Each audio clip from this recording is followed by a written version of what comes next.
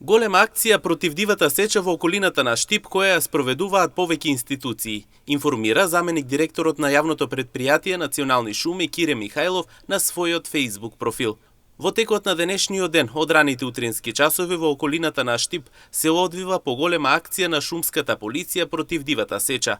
Со акцијата лично раководеше Митко Костадиновски, началникот на шумската полиција на Македонија. Во оваа акција учествуваа шумските полиции од Гевгелија, Валандово, Велес и Радовиш. Во акцијата на лице место се заловени поголема група дрвокатци за кои се поднесени соодветни пријави, одземени се повеќе возила кои се затекнати како превезуваат незаконски посечени дрва и други средства со кои е вршена незаконска сеча. Се претпоставува дека станува збор за истите луѓе кои пред известно време направија огромни штети на боровите култури во Штипско.